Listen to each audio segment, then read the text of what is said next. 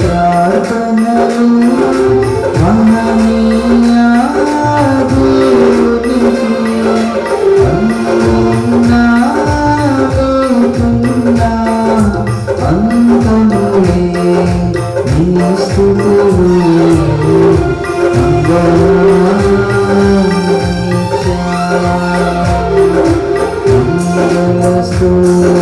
ప్రార్థనలు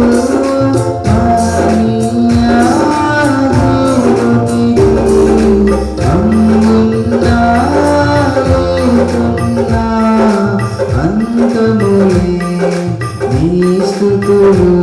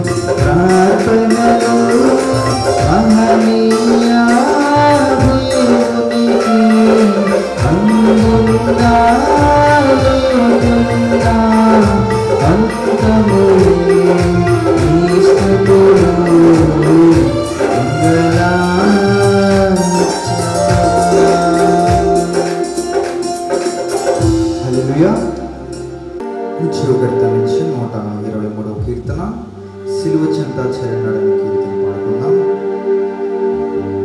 సిలువ చెంత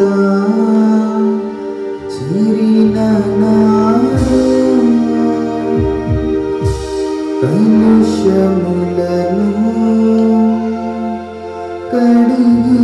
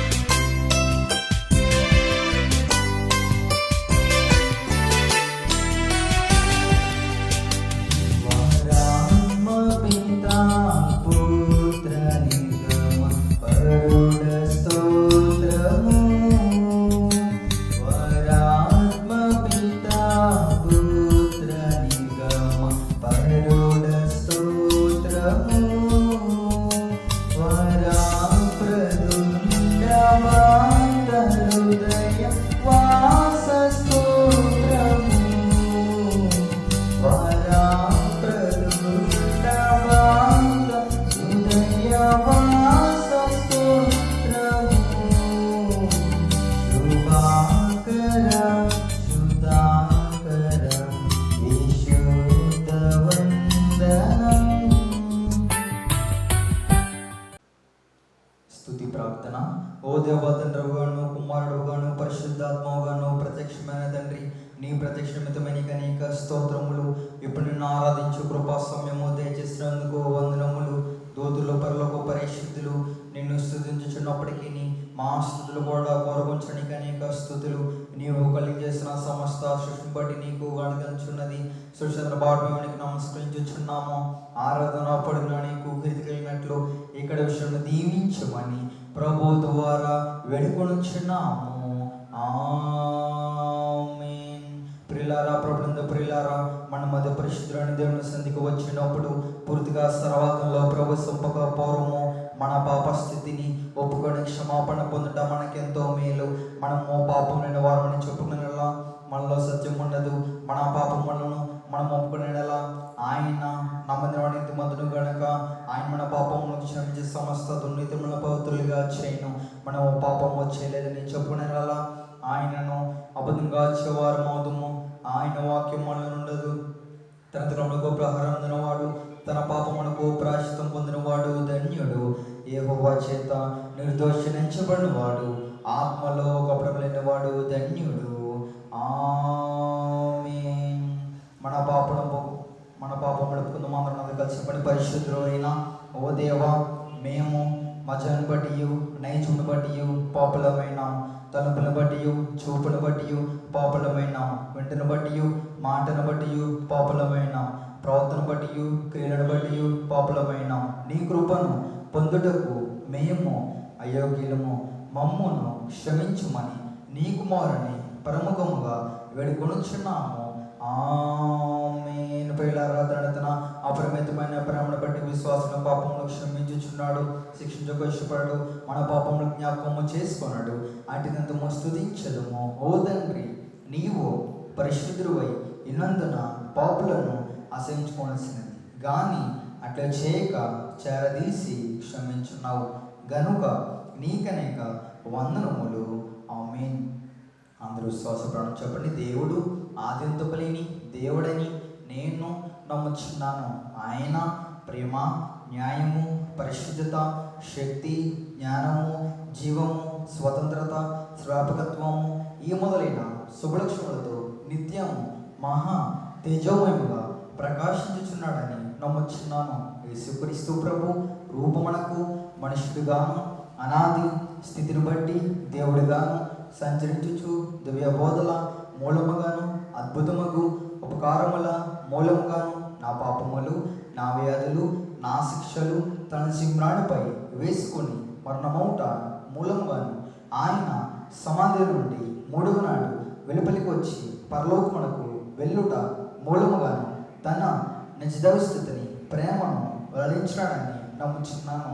ఇప్పుడు అందు నిమిత్తమై విజ్ఞాపన ప్రార్థన చేయుచున్నడనియు ఆయన రెండవ మారు సంఘమును కొనుపోవుటకు మేఘాశినుడై వచ్చుననియు మిగిలిన వారికి 7 ఏళ్ల శ్రమ కలుగుననియు తర్వాత అంత్యక్రీస్తునకును క్రీస్తునకును జరిగే యుద్ధములో అంత్యక్రీస్తు అబద్ధ ప్రవక్త నరకంలో వేయబడదనియు సాతాను పాతాళములో 1000 ఏండ్లు బంధింపబడిననియు ఆ తర్వాత ప్రభువు భూమి మీద 1000 ఏండ్లు పరిపాలన చేయననియు తర్వాత ఆయన సజీవులకును మృతులకును తీర్పు తీర్చుననియు నమ్ముచున్నాను. క్రీస్తు ప్రభు పాతాళములోని సాతానును విడిపింపగా అతడు భూమి మీదకు వచ్చి గోగు మాగోగు అని పేర్లు గల సైన్యములను ఏర్పరచుకుననియు అతడు దేవునితో యుద్ధము చేసి ఓడిపోవుననియు క్రీస్తు అతనిని నరకములో పడవేయననియు నమ్ముచున్నాను. అటు తర్వాత ఆయన అందరికును తీర్పు తీర్చుననియు అవిశ్వాసులను నరకములోనికి పంపవేయననియు నమ్ముచున్నాను. తుదకు భూమి మీద ఉన్న పరిశుద్ధులందరూ ఏక సంగముగా నునట వలన భూమి పరలోకములో ఒక భాగములనియు క్రీస్తు ప్రభు పరలోకములోను భూలోకములోను ఉండుననియు నమ్ముచున్నాను. నేను పరిశుద్ధాత్మను నమ్ముచున్నాను. ఈయన తండ్రితోనూ కుమారునితోనూ ఏకదేవుడిగానే ఉండి పనిచేయుచున్నాడనియు ఈయన ఆవేశునని దైవగ్రంథము వ్రాతలోనికి వచ్చినదనియు ఈయన వెలిగింపుడు బట్టి ఆ గ్రంథము అర్థముననియు తండ్రి ఉద్దేశించిన రక్షణ అనగా కుమారుడు ప్రమూల్యమైన రక్తం వలన గడించిపెట్టిన రక్షణ పరిశుద్ధాత్మయే విశ్వాసికి అందించుననియు నమ్ముచున్నాను. తండ్రి కుమారులతో పాటు ఈయన కూడా సమానముగా ఆరాధన నందుదగు దేవుడనియు నమ్ముచున్నాను. పరిశుద్ధుల సహవాసమును పునరుద్ధానమును నిత్య జీవమును గలవని నమ్ముచున్నాను. ఆమేన్. పరిశుద్ధ గ్రంథములో నుండి ఇర్మియా గ్రంథము 8వ అధ్యాయము. ఇర్మియా గ్రంథము 8వ అధ్యాయము 20వ వచనం ఒకటి చదువుకుందాం. కోతకాలము గతించి ఉన్నది, గ్రీష్మకాలము జరిగిపోయెను, మనము రక్షణ నొందకయే ఉన్నాము అని చెప్పుదురు. ప్రార్థన చేసుకుందాం. మహిమ ప్రభావములు కలిగిన మా పరమ తండ్రి, మా గొప్ప దేవా, నీ మహిమ కలిగిన ఉన్నతమైన నామమునకు వందనములు స్తోత్రములు చెల్లించుకొనుచున్నాము. నాయనా, ఈ మహానందకరమైన పరిశుద్ధ దినములోనికి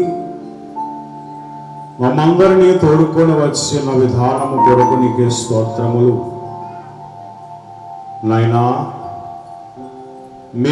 మమ్మందరినీ ఈ పరిశుద్ధ స్థలములోనికి తోడుకొని వచ్చిన గొప్ప దేవానికి స్తోత్రములు. పరిశుద్ధుడైన దేవా, నీవే మమ్మందరినీ ఆదరించి బలపరచమని, నీ ఆత్మతో మమ్మల్ని నింపమని తండ్రి నీ పాదముల పట్టు అడుగుచున్నాము. ఆనాడు పాటల ద్వారా నాయనా దావీదుని ఎలాగనైతే స్తుతించు నాట్యము చేయొచ్చు నిన్ను ప్రభా కొనియాడి ఉన్నాడు, ఆయన నిన్ను స్తుతించి ఉన్నాడు. మేమును కూడా అట్టి వరుసలో ఉండి నిన్ను స్తుతించే వారముగా నాయనా ఆత్మానుసారమైన జీవితమును పొందే వారముగా నీవే మమ్మందరినీ దీవించమని, నీ ఆత్మతో నింపమని నాయనా లూదియా హృదయము తెరిచిన తండ్రి, మేము కూడా వాక్యములు వినిచుండగా మా అందరి హృదయములను తెరిచి నీవే మా హృదయములలో నివసించి మమ్మలను లేవనెత్తమని వాక్యమైన యేసు నామమున వేడుకొనుచున్నాము తండ్రి. ఆమేన్.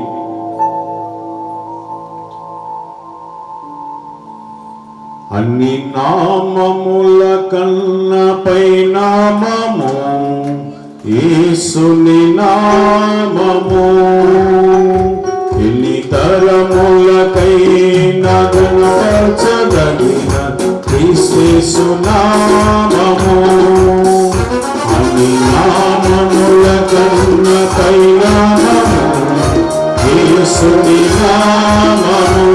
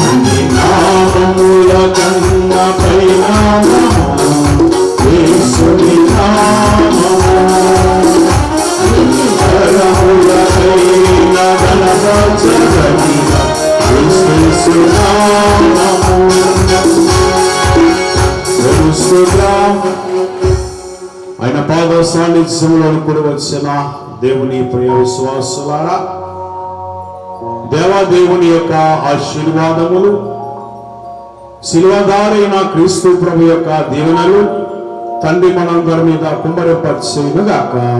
ఆమేన్. దయచేసి ముందు కూర్చుందామా. పరిశుద్ధ గ్రంథములో మనం గమనించినట్లయితే ప్రవక్త అయిన యిర్మీయాను ఇక్కడ మనము గమనించున్నాము.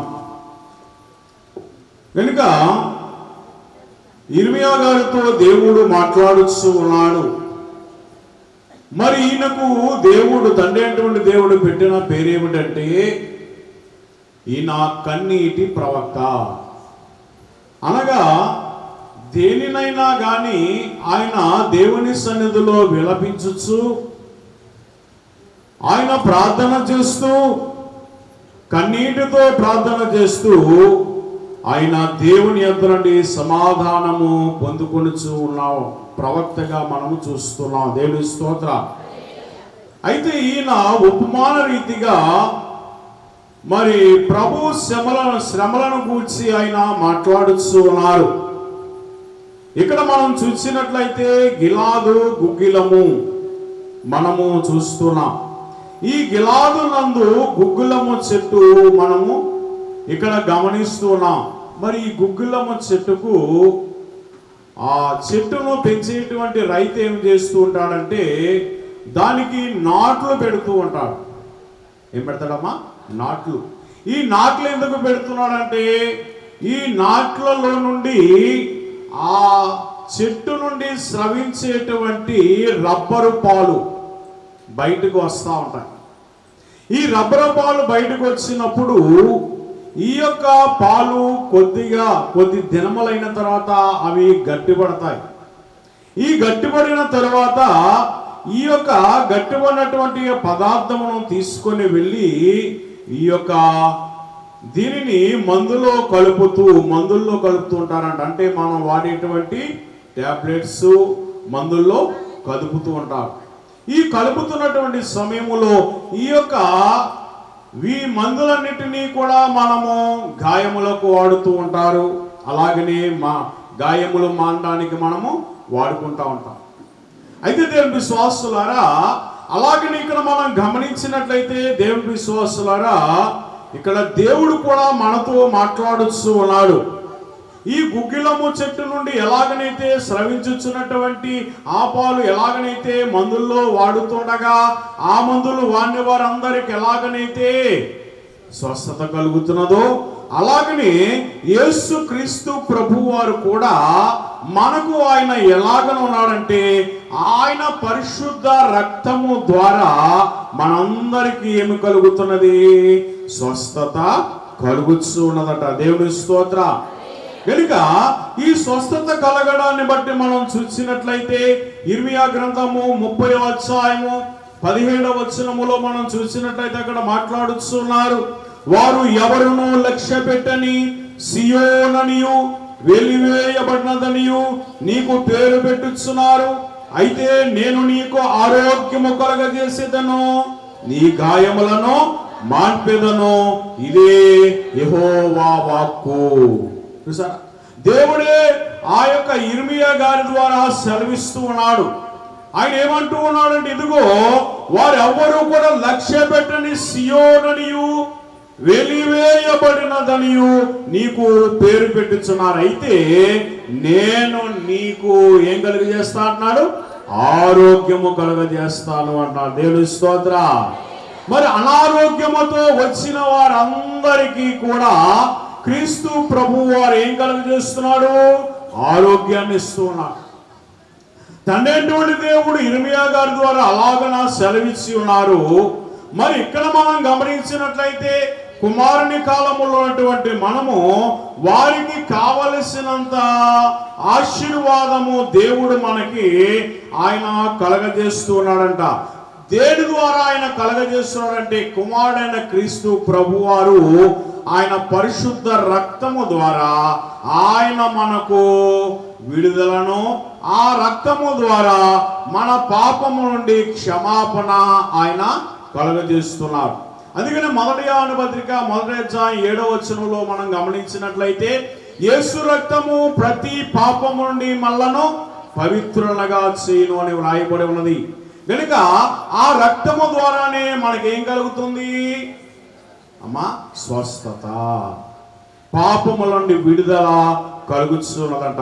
కనుక నేను విశ్వాసులారా, ఇలాగన మనం గమనించినట్లయితే యేసు క్రీస్తు ప్రభువారు ఆయన పరిశుద్ధ రక్తము ద్వారా మనందరికీ కూడా ఆయన ఏం కలుగజేస్తున్నా అంటే ఆయన స్వస్థతను కలుగజేస్తూ ఉన్నారు. ఇప్పుడు దేవుని యొద్దకు వస్తే అదే అనుకూల సమయం అట, అదే రక్షణ దినమట. గనుక నీవు దేవుని యొద్దకు వచ్చినప్పుడు నిర్లక్ష్యం అనేది మనము కలిగి ఉండకూడదు. నిర్లక్ష్యము కలిగి ఉన్నట్లయితే మనము వచ్చే ఆశీర్వాదాన్ని పోగొట్టుకుంటామట. వచ్చే ఆశీర్వాదాన్ని కూడా పోగొట్టుకుంటారు. చూడండి, కొంతమంది అప్పుడు వరకు నిలబడి నిలబడి నిలబడి తేరా దేవుడిచ్చే సమయానికి ఏం చేస్తారు? వెళ్ళిపోతారు. ఇసుగుదల వచ్చేద్దన్నమాట. ఆ సమయానికి ఆ ఇసుగుదల పుట్టించేది ఎవరు? సాతానుడు. విసుగుదల వస్తుంది. అందుకని విసుగుదల చెందకూడదని చెప్పి దైవజనులు దేవదాసయ్య గారు అంటున్నారు. నువ్వు దైవ సన్నిధిలో ఉన్నప్పుడు విసుగుదలతో ఉండకూడదు, నిర్లక్ష్యంతో ఉండకూడదు.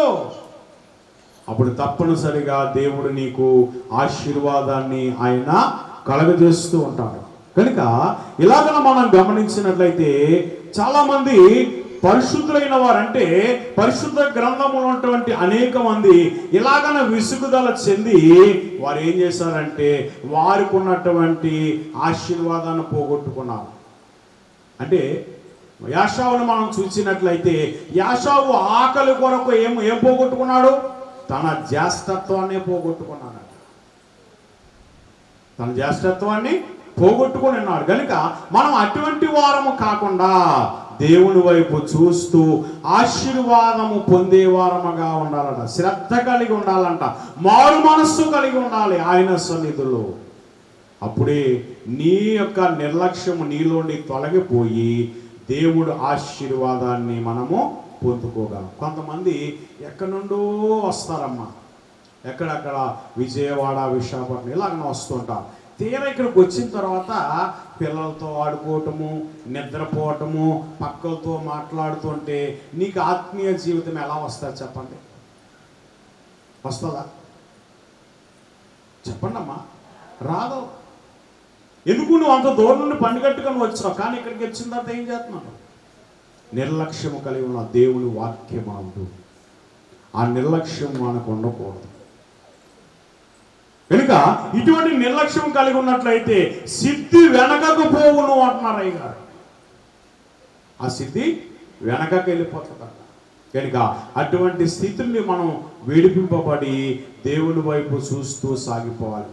చూడండి, మనం ఈత నేర్చుకోవాలంటే ఎక్కడ నేర్చుకుంటారు? ఒడ్డులోకి వెళ్ళి గట్టు మీద చేతులెట్టి కాళ్ళాడితే ఈత వచ్చేస్తుందా? మరి ఎక్కడికి వెళ్ళాలా? లోతులోకి వెళ్ళాలి.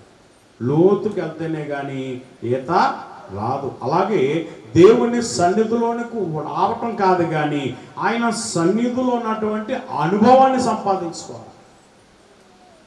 ఆయన సన్నిధిలో ఉన్నటువంటి ఆశీర్వాదాన్ని సంపాదించుకోవాలి.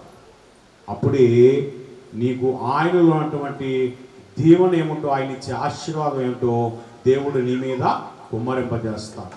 ఇక 4వదిగా మనం గమనించినట్లయితే పాపముతో పారాడకపోవుట. అంటే మనలో ఉన్న పాపాన్ని మనం విడిచిపెట్టకుండా ఏం చేస్తుంటారు చాలామంది?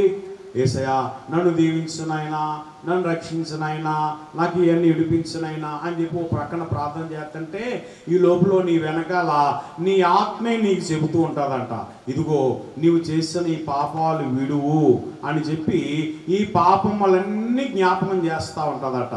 మరి అన్ని జ్ఞాపకం చేస్తున్నప్పుడు ఈ పాపమును నువ్వు విడిచినప్పుడే దేవుడు ఇచ్చేటువంటి ఆశీర్వాదాన్ని పొందుకుంటావంట. లేదా ఆయన ఇచ్చే ఆశీర్వాదానికి నువ్వు పొందుకునేటువంటి దీవెనకు మధ్యన ఈ పాపమే అడ్డుగా ఉంటుందంట. ఈ పాపం ఏముంటుంది? అడ్డుగా ఉంటుంది. కనుక ఈ అడ్డును ఎప్పుడైతే తొలగించుకుంటావో అప్పుడు దేవుడి ఆశీర్వాదము తిన్నగా నీ మీద కుమ్మరింపబడుతుందంట. దేవుని స్తోత్రం.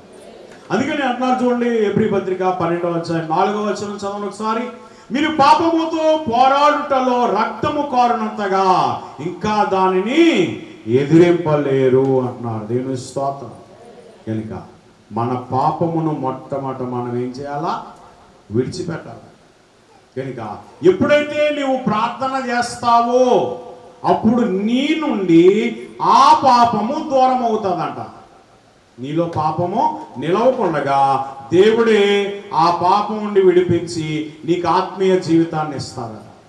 ఒకవేళ నువ్వు ప్రార్థన చేయకుండగా నీవు బ్రతుకుతున్నట్లయితే ఆ పాపమే నిన్ను ఏలుతూ ఉంటుందట. ఆ పాపం ఏలిన వారికి ఎలా ఉంటుంది పరిస్థితి? ఏది కూడా అంటారు కొంతమంది, నాకు అంటేది అంటట్లేదు, ముట్టేది ముట్టట్లేదు అంటారు. అంటారా? మీ మాట ఏది? ఏమా అంటే ఇది అంటట్లేదంట, ఏమంటట్లేదో ముట్టిది ముట్టట్లేదంట. ఏమా ఒక అమ్మ అన్నప్పుడు నేను విన్నాను అన్నమాట ఈ మాట. నా దగ్గరికి వచ్చాను, అయ్యగారు నేను ఎంత ప్రార్థన చేశాను, నాకు అంటే ఇది అంటట్లేదు, ముట్టిది ఏమంటట్లేదు, ఏం ముట్టట్లేదు అనుకున్నాను. అంతేనా? అంటే మీ మాటలు అంత చక్కగా ఉంటాయన్నమాట. కనుక దేవుని విశ్వాసులారా, నేను ఒకరికి ఒక 15 సంవత్సరాలు అవుతుంది. అప్పుడు నేను ఏం చేస్తున్నా అంటే ఒకరికి వడ్డిస్తున్నాను, భోజనం వడ్డిస్తున్నాను. వడ్డిస్తుంటే వారు ఏమంటున్నారంటే తోలువేయి అంటున్నారు. తోలు అంటే నాకు అర్థం అవ్వలేదు, ఇంకా తోడేస్తున్నాను. తోలు అంటే తోడు అన్నట్టు నాకు వినపడుతుంది. తోలు అంటే తక్కువ వెయ్యి అని అర్థం అంట. అమ్మ నాకు తెలియదు కదా మాట. ఏమ్మా తోలు వెయ్యి అంటే తోడేస్తున్నాను అన్నమాట. ఇంకా తోడమంటుందేమో. కనుక దేవుని విశ్వాసాలు అలానా కొన్ని మాటలు ఈ లోకములో ఉన్న మాటలు మనకు అర్థం అవ్వు. అలానే పరిశుద్ధ గ్రంథములో ఉన్నటువంటి ఈ యొక్క గ్రంథములో ఉన్నటువంటి వాక్యము కొందరికి అర్థం అవ్వకుండా చదువుతుంటారు. అర్థమైందా? అర్థం అవ్వకుండా ఏదో చదువుకుంటూ వెళ్ళిపోతుంటారు. కానీ దాన్ని అర్థం చేసుకున్న వాడే నిజమైన మానవుడు అన్నారు. దేవుని స్తోత్రం. కనుక ఇటు స్థితి నుండి మనం విడిపింపబడి మనం దేవుని వైపు చూసినట్లయితే దేవుడు మనలను ఆశీర్వదించేవాడై ఉన్నాడు.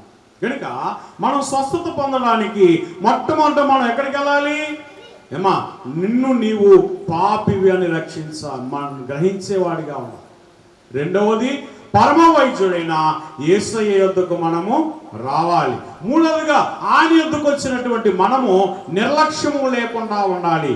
నాలుగవదిగా పాపముతో నీవు పోరాడాలి, ఆ పాపమును విడిచిపెట్టాలి. అప్పుడే పరిశుద్ధుడైన దేవుడు నిన్ను ఆశీర్వదించేవాడై ఉన్నాడు. దేవుని స్తోత్ర. అట్టి దీవెన ఆశీర్వాదములు తండ్రి మనందరకు దయచేయను గాక. ముగింపు ప్రార్థన చేసుకుందాం. సకల యుగములలో అక్షరుడును అదృశ్యుడైన మా పావన పరలోకపు తండ్రి, నీ పరిశుద్ధమైన ఉన్నతమైన నామమునకు వందనములు స్తోత్రములు చెల్లించుకొనిచ్చు నాము. నాయన, ఇంతవరకు నిబడిన వారు విన్నటువంటి వర్తమానమును బట్టి ప్రభా, మమ్ములను మేము నీ సన్నిధికి వచ్చినప్పుడు యేసయ్యా, మేము పాపులమని గ్రహించే భాగ్యం మాకు దయచేయనయ్యా. పాపులమైన మేము రక్షింపబడాలంటే నీ రక్షణ కావాలి. రక్షకుడమైన యేసయ్యా, నీవే పరమ వైద్యుడవు గనుక నీ యొద్దకు మేము వచ్చుచూ ఉండగా నాయనా, నీవే మమ్మల్ని దీవించమని మీరు నా యొద్దకు రండి, నేను మిమ్మల్ని స్వస్థపరుస్తానన్నా. ప్రయాసపడే భారం మోస్తున్న సమస్త జనులారా, నా యొద్దకు రండి, నీకు విడుదలనిస్తానన్నావు తండ్రి. నాయనా, నీ యొద్దకు వచ్చిన మమ్మందరినీ దీవించండి ప్రభా, నీకే స్తోత్రాలు. అలానే తండ్రి, నీ యొద్దకు వచ్చి నాయనా నీ వాక్యమును శ్రద్ధగా వినేవారిగా ఉండాలన్నావు. నీ యొద్దకు వచ్చిన వారికి నిర్లక్ష్యం ఉండకూడదన్నావు. నాయనా, అతి నిర్లక్ష్యము, అతి విసుగుదల మాలో లేకుండా నీవే మమ్మల్ని దీవించమని. విసుగుదల కలిగి ఉంటే సిద్ధి వెనుకకు పోవునన్నావు ప్రభా. నాయన, అతి విసుగుదల మాలో లేకుండా నీ వైపు మేము తేరు చూచే భాగ్యం మాకు దయచేయి. అలా నీ సన్నిధిలో నాయనా మా పాపములన్నిటిని మేము ఒప్పుకునే భాగ్యము దయచేయండి అయ్యా. ఒప్పుకున్న వాటి నుండి తప్పుకునే భాగ్యము దయచేయండి అయ్యా. నీవెప్పుడు తప్పుకుంటావో అప్పుడే నీవు రక్షింపబడతావు. నీవెప్పుడు తప్పుకుంటావో అప్పుడే నీకు స్వస్థత కలుగునన్నావు. నీవెప్పుడు తప్పుకుంటావో అప్పుడే నీకు విడుదలన్నావు ప్రభువా. అటు స్థితిని, అటు ఆరోగ్యమును, అటు మనస్సును, అటు అంతరంగాన్ని మా అందరకు నీవే దయచేయండి ప్రభువా. నాయనా, కూడి వచ్చిన ప్రతి బిడ్డను మీరే దీవించి ఆశీర్వదించమని, ప్రతి వారిని స్వస్థపరిచి మేలు కలగచేయమని. అలానే తండ్రి నాయనా, బిడ్డలైన వారు ఎగ్జామ్స్ రాస్తూ ఉన్నారు గనక నాయనా, 10th క్లాస్ ఎగ్జామ్స్ జరుగునైనా ఇంటర్మీడియట్ ఎంతవరకు జరిగించావు ప్రభా. ఇప్పుడు 10th క్లాస్ ఎగ్జామ్స్ జరుగుతుండగా నాయనా నీవే ఘనముగా జరుగులాగునా. అలానే రాస్తున్న బిడైన వారందరినీ దీవించండి అయ్యా. ప్రతి వారి మతిని వెలిగించండి ప్రభా, నీకే స్తోత్రాలు. ప్రతి వారి అంతరంగమును వెలిగింపచేయండి ప్రభా. నాయనా, చదువునువన్నీ జ్ఞాపకం ఉండి నాయన ఎగ్జామ్స్ అన్నీ కూడా ఆనందముతో రాయగలిగే శక్తిని మీరే ప్రతి బిడ్డకు దయచేయమని ప్రభా నీ పాదముల పట్టు అడుగుతున్నాం. అలానే తండ్రి నాయనా, నీ వైపు మేము తేరు చూస్తుండగా నీ ఆశీర్వాదములతో నింపమని అడుగుతున్నాం. అలానే రేపు 19వ తారీఖున జరగబోయే నాయనా గవర్నింగ్ బాడీ ఎన్నికల్లో నీ పాదాసును నిలవబెట్టుకున్న తండ్రి నీకే స్తోత్రాలు. నీవే విజయమునిచ్చి ప్రభా, నీవే బలపరచమని విజయశీలుడైన యేసయ్యా మాకును అట్టి విజయమును దయచేసి మేలు కలగ చేయమని యేసు నామమున వేడుకొనుచున్నాము తండ్రి. ఆమేన్. పరలోకమందున్న మా తండ్రి, నీ నామం పరిశుద్ధపరచబడునుగాక, నీ రాజ్యం వచ్చునుగాక, నీ చిత్త పరలోకము నెరవేరుచున్నట్టు భూమి మీద నెరవేరునుగాక.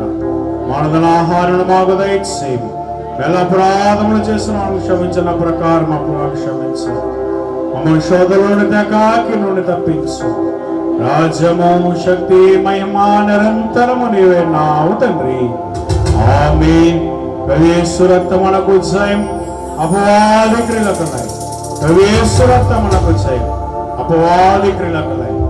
యేసు రక్తమునకు సంపూర్ణ విజయం, అపవాది క్రియలకనంతకాల నాశనం. హల్లెలూయా, హల్లెలూయా, హల్లెలూయా. స్తోత్రము, స్తోత్రము, స్తోత్రం. ఆమేన్, ఆమేన్, ఆమేన్. మన ప్రభు అయిన యేసుక్రీస్తు కృపయు, తండ్రైన దేవుని ప్రేమయు, పరిశుద్ధాత్మక సహవాసమును, నీతిమంతుని ఆశీర్వాదము, చేసిన సర్వాంశములకును, జరుగుతున్న విశ్వాసములకును, జరగబోయే గవర్నింగ్ బాడీ యొక్క ఎన్నికకును, కూడి వచ్చిన వారెల్లరకును ఆయన కృపతోడే నడిపించును గాక.